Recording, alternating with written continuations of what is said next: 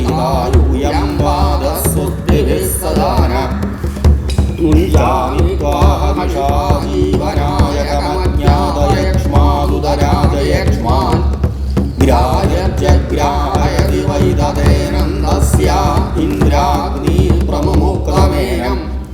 போதி வணக்கம். நான் உங்கள் ஈரோடு உதயகுமார். செப்டம்பர் மாதம் 2024 மிதுன ராசி நண்பர்களுடைய ராசி பலன்களை பார்ப்போமே. செப்டம்பர் மாதம் ஆங்கில மாதம் ஒரு மாதத்தை கணக்கிட்டு கோல்சார கிரக நிலைகளை ஆய்வு செய்து பொது பலனாக மிதுன ராசி நண்பர்களுக்கு ஒரு மாதத்திற்குண்டான ராசி பலனை பார்ப்போம். இந்த ஆங்கில மாதம் ஒரு மாதம் அப்படின்னு சொல்லக்கூடியது 2 தமிழ் மாதங்கள் இருக்கும். ஆவணி, புரட்டாசி, இந்த 2 தமிழ் மாதங்கள் இருக்கும். நம்ம ஆங்கில தேதியை கணக்கிட்டு ஒரு மாதத்திற்குண்டான பலனை வரும் முன் அறிந்து கொள்வோமே. எந்த ஒரு விஷயமும் நமக்கு வரதுக்கு முன்னால் இந்த ஜோதிடம் போன்ற கலைகளால் நம்ம முன்கூட்டி தெரிஞ்சுக்கிட்டோம்னா நாம் இதிலிருந்து ஏற்படக்கூடிய எதிர்மறையான பலன்களை குறைச்சிக்கலாங்கிறதுக்காக தான் இறைவனால், யோகிகளால், ரிஷிகளால் இந்த மனிதகுலத்திற்கு கிடைத்த மிகப்பெரிய வரம் இந்த ஜோதிடம்னு நாம் நம்புகிறோம்.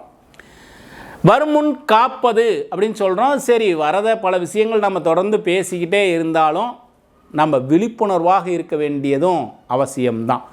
அந்த விழிப்புணர்வு இல்லைன்னா வருவதையும் தடுக்க முடியாது. இது தனியாக நிறைய பதிவுகள் பேசுவோம், கொஞ்சம் காத்திருப்போம். சரி, இன்னைக்கு மிதுன ராசி நண்பர்களுக்கு இந்த செப்டம்பர் மாதம் 2024 பலன் எப்படி இருக்குங்கிறத பொது பலனாக கோல்சார கிரக நிலைகளை வச்சுட்டு பலன் எடுப்போம். சரி, உங்களுடைய ராசிநாதன் மிதுன ராசி நண்பர்களுக்கு ராசிநாதன் புதன் இந்த மாதத்தினுடைய ஆரம்பத்தில் 2ஆம் வீட்டில் இருப்பார். 2ல் புதன் இருக்காரு. குடும்பஸ்தானம், தனஸ்தானம், அதே போல் வாக்குஸ்தானம்னு சொல்லக்கூடிய 2ஆம் வீட்டில் புதன் இருக்கிறது அற்புதமான ஒரு விஷயம். 2ல் புதன் பகவான் இருந்தார்னா நல்ல தனச்சேர்க்கை ஏற்படும், கல்வியில் ஒரு உயர்வு இருக்கும், பொருளாதார மேம்பாடு இருக்கும், உங்களுடைய குடும்ப ஜனங்களில் உங்களுடைய வார்த்தை ரொம்ப முக்கியத்துவமாக இருக்கும். 2ஆம் வீட்டில் உங்களுடைய ராசிநாதன் 2ல் இருக்கிறது அவ்வளோ சிறப்பான விஷயம். 3ல் சூரியன், 3ஆம் வீட்டில் இருக்கக்கூடிய சூரியன் எடுக்கக்கூடிய காரியங்களில் வெற்றி அப்படின்னு சொல்கிறோம். 3ல் சூரியன் தான் ஆட்சி பலமாக இருக்கிறார். நல்ல ஸ்தான பலம், வலு இருக்குது. 3ஆம் வீட்டில் ஆட்சியாகக்கூடிய சூரியன் வெற்றி மேலே வெற்றிகளை மிதுன ராசி நண்பர்களுக்கு இந்த ஆவணி மாதத்தில் ஏற்படுத்துகிறார். எதிரிகள் ஸ்தம்பிச்சு போகக்கூடிய காலம். வேலை செய்யக்கூடிய ஆட்களாக இருந்தாங்கன்னா அந்த இடத்துல ஒரு பதவி உயர்வு, உயர் அதிகாரிகள்கிட்ட செல்வாக்கு, அரசாங்க அனுகூலம் ஏற்படக்கூடிய அற்புதமான காலம். இந்த ஆவணி மாதத்தில் 3ஆம் வீட்டில் சூரியன் ஆட்சி ஆகிறது பல விஷயங்களில் நன்மையான பலன்களை கொடுக்குது மிதுன ராசி நண்பர்களுக்கு. மிதுன ராசிக்கு ஒரு அற்புதமான பலன் தான். அந்த மாதத்தினுடைய துவக்கம் அவ்வளோ சிறப்பாக இருக்குது. சரி, 3ஆம் வீட்டுக்கு புதன் வந்துடுவார். 4ஆம் தேதியிலிருந்து 2ல் இருந்த புதன் 3ஆம் வீட்டிற்கு வருவார். 3லே புதன் இருக்கக்கூடிய காலத்தில் கொஞ்சம் அக்கம் பக்கத்தில் இருக்கிறவங்கள்ட்டெல்லாம் ரொம்ப கவனமாக இருக்கணும். தேவையில்லாத பிரச்சனைகளை நாம் உருவாக்கிக்கக்கூடாது. வேலையில் இருக்கிறவங்களுக்கு ஒரு மாதிரியான பலனாக இருந்தாலும் தொழில் செய்கிறவங்க அல்லது வீட்டில் வேலைக்கு இருக்கிறாங்கல்ல, இந்த வேலையாட்களால் தேவையில்லாத சில பிரச்சனைகள் எல்லாம் உருவாக்கக்கூடிய காலமாக இருக்குது. புதன் 3ல் வந்ததுன்னா வேலையாட்களால் தேவையில்லாத பிரச்சனைகள் எல்லாம் வரும். உங்களுடைய ராசிநாதன் 3ல் இருக்கிறார். அப்படி எடுத்துக்குவோம். 3ஆம் வீட்டிற்குரிய கிரகம் 3ல் ஆட்சியாகவும் இருக்கிறார் சூரியன். ஆவணி மாதம் முடிகிற வரைக்கும் சூரியன் அந்த இடத்துல தான் இருப்பார். புதன் அங்கே போய் சேர்ந்தாலும் சின்ன சின்ன மனஸ்தாபங்கள் உறவினர்கள்ட்டையும் சுற்றி இருக்கக்கூடிய அக்கம் பக்கத்தில் இருக்கக்கூடியவர்கள்ட்டையும் ஏற்படக்கூடிய வாய்ப்புகள் உண்டு. கொஞ்சம் விழிப்புணர்வாக இருக்க வேண்டியது அவசியம் மிதுன ராசி நண்பர்கள். அதே போல் நல்ல ஒரு முயற்சி எடுப்பாங்க. ஒரு நல்ல முயற்சி ஒரு பெரிய பலனை தரும், வெற்றியையும் கொடுக்கும். ஒரு நல்ல உயர்வான பலன்களை எல்லாம் கொடுக்கக்கூடிய அற்புதமான மாதம் தான் இந்த மாதம்.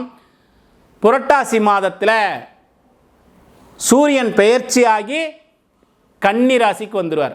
ஆவணி மாதம் முழுக்க சிம்மத்தில் இருந்த சூரியன் மாதம் துவங்கினொன்னே, புரட்டாசி மாதம் துவங்கினொன்னே கன்னி ராசிக்கு 4ல் சூரியன் வந்துடுவார். 4ல் சூரியன் இருந்தார்னா வண்டி வாகனங்கள் சம்பந்தப்பட்ட விஷயத்தில் ரொம்ப கவனமாக இருக்கணும். ஏன்னா உங்களுடைய ராசிக்கு 12ஆம் வீட்டிற்குரிய சுக்கிரன் 4ல் நீச்சமாகி இருக்கிறார். அதே போல் 5ஆம் வீட்டுக்குரியவனும் அதே சுக்கிரன் தான் 4ல் நீச்சமாகிறார். அப்போ சுக்கிரன் நீச்சமாக இருக்கக்கூடிய காலத்தில், அதுவும் 4ஆம் வீட்டில் 12க்குரியவன் வராருன்னா அந்த இடத்துல சூரியனும் பெயர்ச்சியாகி வந்துடுவார். அப்போது 18ஆம் தேதி சுக்கிரன் பெயர்ச்சி ஆகிறார். 4ல் பொதுவாகவே சுக்கிரன் இருந்தார்னா தாயாரனுடைய ஆரோக்கியத்துக்கு சிறப்பான பலன் இல்லை, வாகனங்களில் சிறப்பில்லை. சூரியன் இப்போ சுக்கிரன் பெயர்ச்சியாகி 18ஆம் தேதி 5ஆம் வீட்டுக்கு வந்துடுறார். அதனால ஒரு நற்பலன்கள் எல்லாம் ஏற்படும். குழந்தைங்களுக்கு ஒரு மகிழ்ச்சியான செய்திகள், சுப செலவுகள் ஏற்படும், ஆபரண சேர்க்கை ஏற்படும். ஒரு சுபமான விஷயம்தான். சுக்கிரன் பெயர்ச்சியாகி 5ஆம் வீட்டுக்கு வந்துட்டால் ஒரு சுப செலவுகள், சுப விரயங்கள் எல்லாம் ஏற்படும். ஆனால் சூரியன் பின்தொடர்ந்து அதற்கு முந்தின நாளே சூரியன் 4ஆம் வீட்டுக்கு வந்துடுறாரு. தாயாரனுடைய ஆரோக்கியத்தில் மிதுன ராசி நண்பர்கள் கவனமாக இருக்க வேண்டியது அவசியம். வாகனத்தை மாற்றக்கூடிய எண்ணங்கள் எல்லாம் மேலோங்கும். புதிய சொத்துக்கள் ஏதாவது வாங்குறாங்கன்னா அந்த சொத்தில் ஏதாவது ஒரு பிரச்சனைகளையும் ஏதாவது ஒரு குறைகளையும் ஏற்படுத்தக்கூடிய காலமாக இருக்குது. ரொம்ப நிதானம் தேவை. சொத்து வாங்கக்கூடியவர்கள், ஏற்கனவே கேதுவும் அந்த இடத்துல இருக்கிறார். 4ஆம் வீட்டில் கேது இருக்கிறார். சூரியன் அங்கே போய் 4ஆம் வீட்டில் தான் அமர்கின்றார் புரட்டாசி மாதத்தில். இந்த மாதத்தில் நன்மை தீமைகள் கலந்துருக்கு. ஒரு மாதத்தினுடைய துவக்கம் ஒரு நல்ல வளர்ச்சியான ஒரு யோகங்கள் எல்லாம் ஏற்படுத்தக்கூடிய காலமாக இருந்தாலும் பிற்பகுதியில் சூரியனுடைய பெயர்ச்சி, சுக்கிரனுடைய பெயர்ச்சி நன்மையை கொடுக்கும். சூரியனுடைய பெயர்ச்சி சின்ன சின்ன வாகனங்கள் சம்பந்தப்பட்டது, தாயாரனுடைய ஆரோக்கியம், மருத்துவ செலவுகள், இந்த மாதிரிலாம் சின்ன சின்ன குறைகளையும் ஏற்படுத்தும். கவனமாக இருக்க வேண்டியது அவசியம். விழிப்புணர்வாக இந்த ஸ்தானத்தில் இருக்கணும். குருவினுடைய 5ஆம் பார்வை அந்த இடத்துல இருக்குது. 4ஆம் வீட்டில் குரு, உங்களுடைய ராசிக்கு 12ஆம் வீட்டில் இருக்கக்கூடிய குரு 5ஆம் பார்வையாக 4ஆம் வீட்டை பார்ப்பார். பெரிய அளவில் பாதிப்புகள் இருக்காது, பெரிய அளவில் எதிர்மறையான பலன்கள் இருக்காது. ஏன்னா குருவினுடைய பார்வை கிடைச்சிருது. இருந்தாலும் கவனமாக இருக்க வேண்டிய விஷயங்கள்னு இருக்கு இல்லையா, இந்த கவனமாக இருக்க வேண்டிய விஷயங்கள், விழிப்புணர்வான இருக்க வேண்டிய விஷயங்கள் எல்லாம் தான் இது போன்ற பதிவுகளில் நம்ம தெரிஞ்சுக்கிறோம். அப்போ இதிலெல்லாம் கொஞ்சம் கவனமாக இருக்கணும். சொத்தில், வாகனங்கள் சம்மந்தப்பட்ட விஷயம், தாயாரனுடைய ஆரோக்கியம், இதிலெல்லாம் கொஞ்சம் அதிகமான கவனத்தை செலுத்தணுங்கிறதுக்காக தான் இந்த பதிவுகள் எல்லாமே. சரி, இதில் குருவினுடைய பார்வை 6ஆம் வீட்லேயும் இருக்கும், 8ஆம் வீட்லேயும் இருக்கும். வேலை சார்ந்த விஷயங்கள், அனுகூலங்கள் எல்லாம் ஏற்படும். வேலைக்கு, புதிய வேலைக்கு முயற்சி செய்கிறவங்களுக்கு ஒரு நன்மையான பலன்கள் எல்லாம் உண்டு.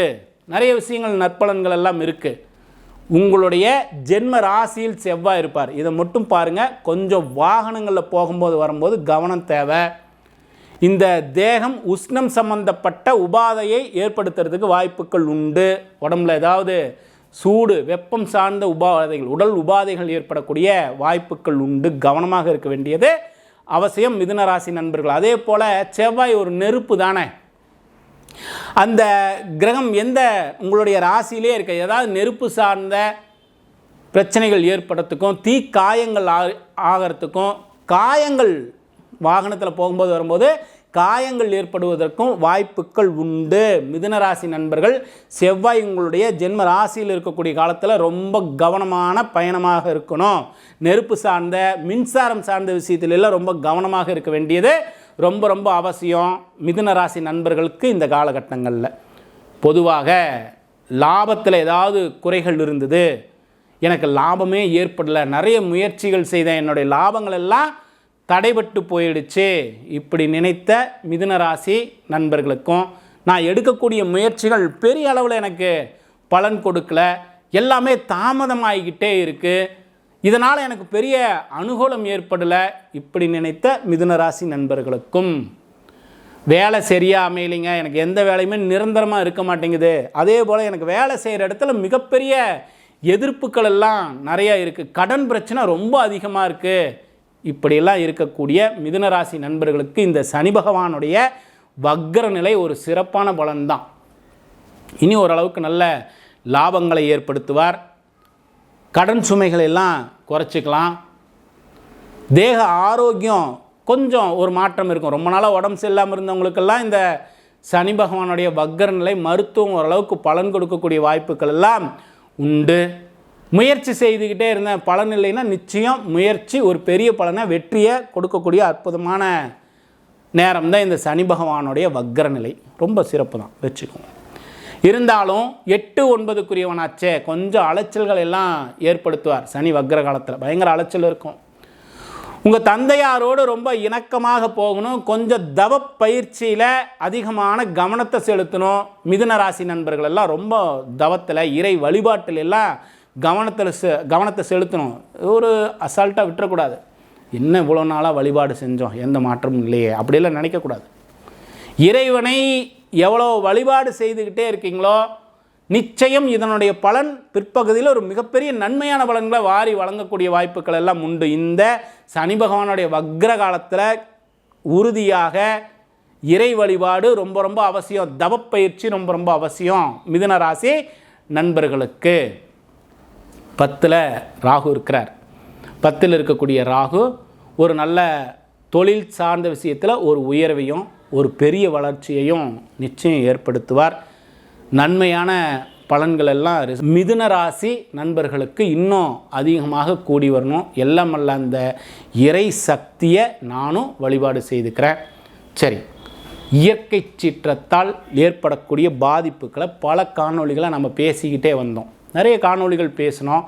அதெல்லாம் இந்த இயற்கை சீற்றத்தால் ஏற்படக்கூடிய பாதிப்பு பெரிய அளவில் பாதிக்கக்கூடாது, மக்களை பாதிக்கக்கூடாது. உலகத்தில் ஏதோ ஒரு மூலையில் தானே நடக்குது, நமக்கு இல்லையே அப்படின்னு இருக்கக்கூடாது. நம்முடைய நேயர்களுக்கு ஒவ்வொரு பதிவுலையும் நம்ம முன்பிருந்தே சொல்லிக்கிட்டே வந்தோம். புதிதாக பார்க்கக்கூடிய நேயர்களும் தெரிஞ்சுக்கணுங்கிறதுக்காக ஒரு பதிவை சொல்லலாம்.